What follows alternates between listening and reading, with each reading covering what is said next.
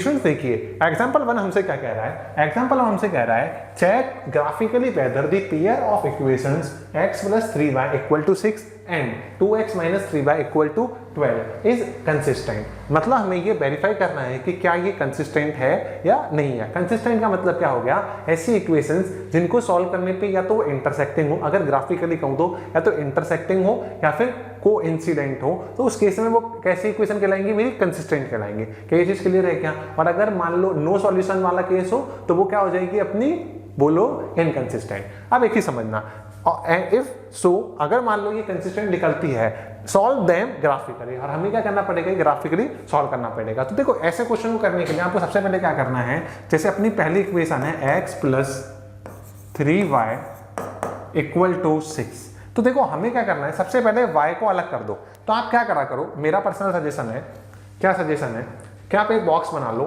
कुछ इस टाइप से, ठीक है, हाँ जी सर बना लिया।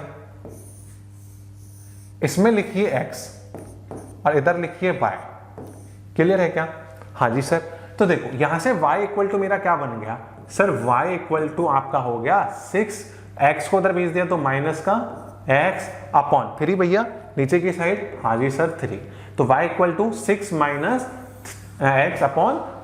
तो अब आप देखो x की वैल्यू सब्स्टिट्यूट करो। अब देखो कभी भी ऐसा कोई केस हो तो आप क्या करा करो, कोशिश करा करो कि एक बार तो मेरी x की वैल्यू 0 हो जाए और एक बार मेरी y की वैल्यू 0 हो जाए। तो इससे क्या होता है कि अपने लास्ट जो दो पॉइंट्स होते हैं, 2 एंड्स होते हैं, वो इजीली फाइंड आउट हो जाते हैं। तो देखो x = 0 सब्स्टिट्यूट कर दो तो y की वैल्यू मेरी क्या आएगी सर, 6 - 0/3, मतलब x की वैल्यू सर 0 होगी, उस टाइम पे 6 में से 0 गया तो 0/3, मतलब क्या आ गया 2।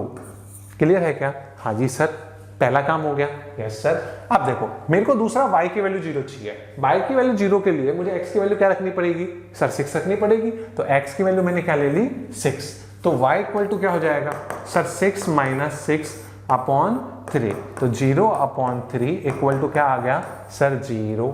तो यहां पर अपना क्या आ गया सर 0। क्या यहां तक क्लियर है क्या? हाँ जी सर। तो हमारे पास में फर्स्ट इक्वेशन को कैसे सॉल्व करा समझ में आ गया। अब देखो सेकंड इक्वेशन को सॉल्व करते हैं। सेकंड इक्वेशन को सॉल्व किया तो हमारे पास में क्या आया, पहले तो इक्वेशन चेक करो। इक्वेशन क्या है सर, 2x - 3y = 12। देखो 2x - 3y = 12, क्या काम हो गया? हाँ जी सर। 3y को उधर भेज दो तो यहां से मेरा y = क्या आया सर, 2x - 12/3 मेरा नीचे आएगा, हाँ जी सर, तो /3। तो यहां से अगेन मैं क्या बनाऊंगा, एक बॉक्स।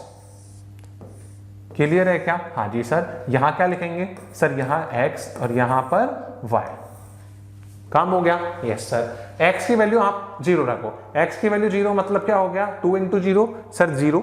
मैं आपको सॉल्व करके दिखा देता हूं। 2 × 0 सर 0 माइनस का 12/3। क्लियर है क्या? तो ये क्या हो गया 0 माइनस का 12/3, मतलब क्या हो गया 3 के टेबल में 4 टाइम, मतलब माइनस का 4 हो गया। हाँ जी सर। तो क्या आ गया मेरे पास में सर, x की वैल्यू 0 तो y की वैल्यू कब होगी उस टाइम पे -4। क्या यहाँ तक क्लियर? Yes sir. मैंने क्या कहा, आप ऐसे केस में एक और रखा करो, y की वैल्यू 0 रख दो। तो मैं यहाँ पर y की वैल्यू 0 रखूंगा तो 3 मल्टीप्लाई में जाएगा तो क्या हो जाएगा सर 0, और ये 12 इधर जाएगा 2 डिवाइड में, तो 0 = 2x माइनस का 12, तो 2x = सर 12, तो x = सर 6। क्या यहाँ तक क्लियर है क्या? हाँ जी सर क्लियर है। अब एक चीज समझो, x की वैल्यू कितनी आ गई सर 6, y की वैल्यू कितनी आ गई सर 0। क्लियर है क्या? अब मुझे एक चीज बताओ, क्या हमारे इस इक्वेशन में 2 इक्वेशंस थी? हाँ जी सर। एक को सॉल्व करने पे आया 0,2 और एक को सॉल्व करने पे मान लो पहली वाली इक्वेशन है, यहाँ से कोऑर्डिनेट्स बने 0,2, सेकंड को सॉल्व, इसी को सॉल्व करने पे और क्या बना 6,0, यहाँ पर क्या बना सर 0,-4 एंड 6,0। क्या ये एक दूसरे को कॉमन फैक्टर्स आ रहे हैं? हाँ जी सर। तो क्या कह सकते हैं हम कि हमारी इक्वेशंस, सेकंड इक्वेशन तो हमारी क्या है सर, 2x - 3y = 12 एंड पहली इक्वेशन, फर्स्ट इक्वेशन क्या है, x + 3y = 6 has common factor या कॉमन पॉइंट दैट इज 6,0। इसका मतलब ये तो क्लियर है कि क्या है, मेरी कंसिस्टेंट है। क्या काम क्लियर है क्या? अब मैं इसको ग्राफिकली सॉल्व करता हूं आपको कि कंसिस्टेंट है या नहीं है। तो देखो हमने क्या करा, 0,2 को रिप्रेजेंट करा इसके ऊपर। 0,2 मतलब x एक्सिस पे वैल्यू 0 और बाय एक्सिस पे 2, तो यहाँ पे 0 है एक्स एक्सिस पे, बाय एक्सिस पे 2। इसका मतलब मेरी वैल्यू यहाँ पर जो होगी, यहाँ पर मेरा पहला पॉइंट आएगा। समझ में आ गया? Yes sir. सेकेंड पॉइंट मेरा क्या है 6,0, मतलब एक्स एक्सिस पे 6 और बाय एक्सिस 0, तो ऊपर चलेंगे नहीं, तो ये पॉइंट आ गया। तो अगर मैं इसको अगर कनेक्ट करूं तो ये मेरी क्या बन गई, इक्वेशन बन गई। कौन सी इक्वेशन है ये सर? ये x plus 3y equal to 6 है, तो यहां लिख देंगे सर 0,2, यहां कर देंगे रिप्रेजेंट करेंगे सर 6,0 एंड तो ये क्या बन गया मेरा sir x plus 3y equal to 6। क्या क्लियर है क्या? हाँ जी सर क्लियर है, काम हो गया। Yes sir. अब देखो सेकंड में क्या कह रहा है, 0, माइनस का 4, 0 यहाँ है, -4 यहाँ है, तो अपन इसको क्या कर देंगे, रिप्रेजेंट कर देंगे। क्लियर? Yes sir. अगेन 6,0, मतलब ये पहले से 6,0 है, तो आप इसको पहले रिप्रेजेंट कर दो 0, -4। आप चाहें तो यहाँ पर देखो 2 वैल्यू, 3 वैल्यू, 4 वैल्यूज आप फाइंड आउट कर लो, इट्स योर चॉइस, कोई प्रॉब्लम की बात नहीं है। क्लियर है?